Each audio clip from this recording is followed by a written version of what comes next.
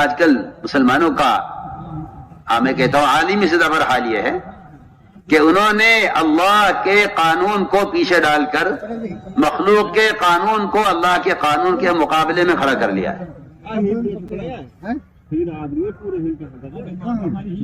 یہ کہتے ہیں مجبوری ہے، اللہ کہتے ہیں مجبوری، میں تمہاری مجبوری نہیں مانوں گا جب تک تم اس کے خلاف کوشش نہ کرو۔ اسی لیے قرآن نے صاف کہہ دیا ہے کہ جو دین کو بچانے کی کوشش نہیں کر رہے ہیں ان کو بھی اللہ کے رسول سے محبت نہیں ہے۔ میں آپ سے قسم کھا کر کہہ سکتا ہوں یہ بات۔ آپ کہتے ہیں تبلیغ کرنا کوئی فرض نہیں ہے، میں کہتا ہوں کہ اگر آپ دین کو قائم کرنے کی کوشش نہیں کرتے تو قرآن انکار کر رہا ہے کہ آپ فاسق ہیں، آپ کو اللہ کے رسول سے محبت نہیں ہے۔ یہ قرآن کی آیت کا ترجمہ کر رہا ہوں، آپ کہاں سو رہے؟ اذا ذکر اللہ وحدہ، جب اللہ تعالیٰ کی توحید بیان کی جاتی ہے تو اس سے جتنے بھی باطل قلوب ہیں وہ سب کے سب اس سے بھیجتے ہیں، دبتے ہیں۔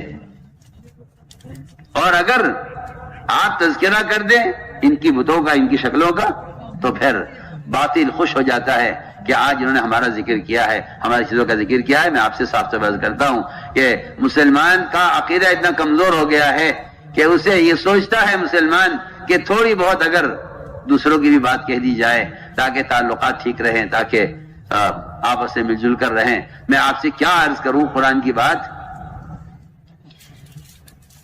اللہ نے فرمایا ہے قرآن میں کہ اے محمد صلی اللہ علیہ وسلم، اگر تم انہیں خوش کرنے کے لیے ایک بات بھی تم نے ان کے مطلب کی کر دی تو تم ہماری بات کو جھٹلانے والے ہوگے، اور اگر تم نے ایسا کیا تو یہ آپ کو اپنا جگری دوست بنا لیں گے۔ آج مسلمان یہ تو چاہتا ہے کہ ایسی چیزوں کو چھوڑ دیا جائے جس سے اسلام اور کفر کے درمیان کوئی اختلاف ہو رہا ہے، لہذا اس کو چھوڑ دیا جائے تاکہ دوستی ہو جائے، اور اس کو یہ مصلحت کہتا ہے۔ اور میں کہتا ہوں یہ مصلحت نہیں ہے، یہ باطل کے ساتھ مصالحت ہے۔ یہ مصلحت نہیں ہے، باطل کے ساتھ مصالحت ہے۔ اللہ نے صاف فرمایا قرآن میں، وَإِن كَادُوا لَيَفْتِنُونَكَ عَنِ الَّذِي أَوْحَيْنَا إِلَيْكَ لِتَفْتَرِيَ عَلَيْنَا غَيْرَهُ وَإِذًا لَاتَّخَذُوكَ خَلِيلًا۔ اگر آپ نے ان کے مطلب کی کوئی بات ہاں کر دی تو یہ آپ کو اپنا دوست بنا لیں گے، اور اگر ہم آپ کو نہ جماتے آپ کی بات پر، یہ بھی ہمارا فضل ہے آپ پر کہ ہم نے آپ کو ہم نے جمائے رکھا ہے، ہم نے آپ کو جمع رکھا ہے، یہ بھی ہمارا آپ پر فضل ہے۔ اگر ہم آپ کو جمائے نہ رکھتے اور آپ ان کی کسی بات کی طرف مائل ہو جاتے تو قرآن کہتا ہے کہ پھر اللہ فرما رہے ہیں محمد ہم آپ کو دگنا عذاب دنیا میں دیتے، دگنا عذاب آخرت میں دیتے۔ سوچیے آپ، میں دل چاہتا ہے کہ یہ واقعہ آپ کو سناؤں، کیونکہ مسلمانوں میں عالمی سطح پر ان کے دلوں میں ایک گوشہ باطل کے لیے ہے، ان کے دماغ میں ایک گوشہ باطل کے لیے ہے۔ وہ کہتے ہیں ٹھیک ہے، اگر یہ ہمیں ایک سننے سے روک رہے ہیں، قانون ہے، تو یہ سنتی تو اس کو چھوڑنے میں کیا حرج ہے؟ اگر یہ ہمیں فرض سے روکیں گے تو دیکھی جائے گی۔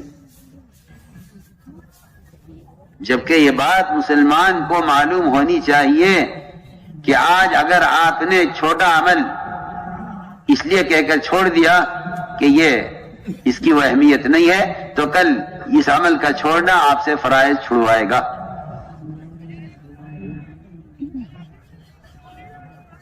میں عرض کرتا ہوں آپ سے، حضور اکرم صلی اللہ علیہ وسلم بیت اللہ کا طواف کرتے ہوئے ہر چکر میں حجر اسود کا بوسہ لیا کرتے تھے، ہر چکر میں آپ کا محبوب تھا حجر اسود۔ کیوں ہے اسود؟ اسود نام اس لیے نہیں ہے کہ یہ کالا ہے، لوگ اسے اسود کالا پتھر کہتے ہیں، حالانکہ یہ اسود کالا پتھر ہونے کی وجہ سے نہیں ہے، اگر یہ پتھر کالا آتا آسمان جنت سے تو کہا جاتا تھا کہ ہاں یہ اسود اس لیے ہے، یہ اسود اس لیے نہیں ہے کہ یہ کالا پتھر ہے، یہ اسود اس لیے ہے کہ یہ دنیا کے اور جنت کے تمام پتھروں کا سردار ہے، اس لیے اسود ہے۔ یہ اسود سیادت سے ہے، جی ہاں، کالا ہونے سے نہیں ہے، کالا تو یہ بعد میں ہوا ہے، گناہگاروں کے ہاتھ لگانے اور حائضہ عورتوں کے چھونے سے یہ کالا ہوا ہے، ورنہ یہ دور سے زیادہ سفید تھا۔ میں درمیان میں بتا دوں آپ کو، تو آپ صلی اللہ علیہ وسلم ہر چکر میں اس کا بوسہ لے۔ مشرکین نے جب دیکھا کہ انہیں یہ عمل پسند ہے تو اگر میری بات آپ یاد رکھنا، اللہ کرے یاد رہ جائے، کہ باطل یہ دیکھتا ہے کہ انہیں کیا کیا چیزیں محبوب ہیں، میں ان کو ان کی محبوب چیز سے روکوں گا قانون بنا کر کہ بھئی یہ قانون ہے، یہ قانون ہے، یہ کہیں گے جی قانون ہے ہم کیا کریں۔ آج کل مسلمانوں کا میں کہتا ہوں عالمی سطح پر حال یہ ہے کہ انہوں نے اللہ کے قانون کو پیچھے ڈال کر مخلوق کے قانون کو اللہ کے قانون کے مقابلے میں کھڑا کر لیا ہے۔ یہ کہتے ہیں مجبوری ہے، اللہ کہتے ہیں مجبوری، میں تمہاری مجبوری نہیں مانوں گا جب تک تم اس کے خلاف کوشش نہ کرو۔ اسی لیے قرآن نے صاف کہہ دیا ہے کہ جو دین کو بچانے کی کوشش نہیں کر رہے ہیں ان کو بھی اللہ کے رسول سے محبت نہیں ہے۔ میں آپ سے قسم کھا کر کہہ سکتا ہوں یہ بات۔ آپ کہتے ہیں تبلیغ کرنا کوئی فرض نہیں ہے، میں کہتا ہوں کہ اگر آپ دین کو قائم کرنے کی کوشش نہیں کرتے تو قرآن انکار کر رہا ہے کہ آپ فاسق ہیں، آپ کو اللہ کے رسول سے محبت نہیں ہے۔ قرآن کی آیت کا ترجمہ کر رہا ہوں، آپ کہاں سو رہے ہیں؟ قرآن کی آیت کا ترجمہ ہے جو میں کہہ رہا ہوں، کیونکہ قرآن نے اللہ کے رسول کی محبت کا فیصلہ صرف اس پر نہیں کیا کہ آپ کو اللہ کے نبی آپ کے رشتہ داروں سے، آپ کے متعلقین سے، آپ کی تجارت سے، آپ کے وطن سے زیادہ محبوب ہو جائیں، نہیں، قرآن نے اس کے ساتھ دوسری شرط لگائی ہے وجہاد فی سبیلی۔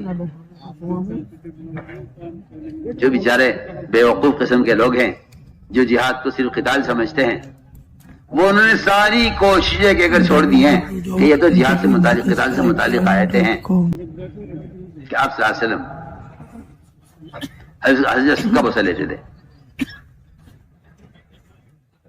انہوں نے دیکھا کہ نہیں عمل بڑا پسند ہے، تو آپ صلی اللہ علیہ وسلم سے کہا کہ ہم آپ کو بوسہ نہیں لینے دیں گے، ممانعت کیا، اقتدار ہمارا ہے، ہم نہیں دینے، آپ کو بوسہ نہیں دینے دیں گے۔ آپ چاہتے تھے بوسہ لیں، کہا نہیں لینے دیں گے۔ تو ایسے موقع پر آدمی سوچتا ہے، میں اس کی مثال دے رہا ہوں آپ کو، بہت اہم بات کہہ رہا ہوں، آدمی سوچتا ہے کہ طواف ہے اصل، تو بوسہ تو کوئی اصل نہیں ہے، چھوڑ دو اس کو۔ درمیان میں کہتا چلوں تاکہ بات اپنے موقع پر ہو۔ عبداللہ بن عمر رضی اللہ تعالیٰ ایک صاحب نے یہ کہا کہ آپ حضرت کے بوسے کے بارے میں کیا کہتے ہیں؟ فرمایا سنت ہے۔ اس نے کہا سنت تو ہے، لیکن اگر بھیڑ زیادہ ہو اور بوسہ نہ لے سکیں تو کیا کریں؟ تو فرمایا جواب میں کہ اگر مگر کو یمن پھینک، ہمارے شریعت میں اگر اور سنت میں اگر مگر نہیں ہوتی۔ سنیے نا آپ، پینٹ پہننے والے، داڑھی موڑنے والے، یہ سنیں کہ وہاں صرف حجر اسود کے بوسے کی سنت کے بارے میں ایک صاحب نے سوال کیا عبداللہ ابن عمر سے، اس بارے میں آپ کیا کہتے ہیں؟ انہوں نے کہا سنت ہے۔ اس نے کہا اگر بھی ہو، دیکھیے کہاں آپ کہتے ہیں کہ قانون یہ ہے حکومت کا، کہاں آپ یہ دیکھیے کہ وہاں بھیڑ کی وجہ سے اس نے یہ کہہ دیا بیچارے نے کہ جی اگر بھیڑ زیادہ ہو حجر اسود پر میں نہ پہنچ سکوں تو کیا کیا جائے؟ تو ان کو غصہ آ گیا عبداللہ بن عمر کو، فرمایا شریعت میں اور سنت میں اگر مگر نہیں چلتی۔ سوچیے آپ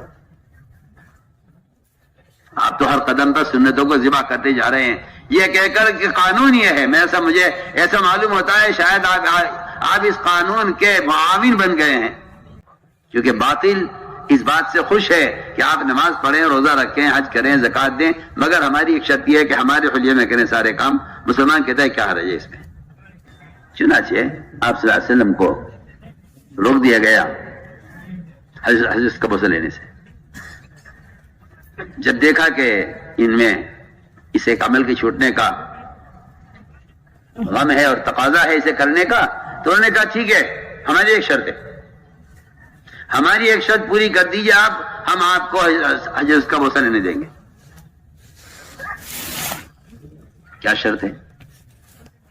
یہ شرط یہ ہے کہ جب آپ طواف کریں بیت اللہ کا، تو جو ہمارے بیت اللہ کے کونوں پر بت رکھے ہوئے ہیں، آپ ان کے آگے سے جھکتے ہوئے جائیں اور ان پر ہاتھ پھیرتے ہوئے جائیں۔ یہ ہماری شرط ہے، اگر آپ ایسا کر لیں گے ہم آپ کو حج کا بوسہ لینے دیں گے۔ میں آپ کے سے بہت بنیادی بات کہہ رہا ہوں، امت مسلمہ اس وقت جن حالات سے گزر رہی ہے، میں اس کا نقشہ آپ کے سامنے پیش کر رہا ہوں۔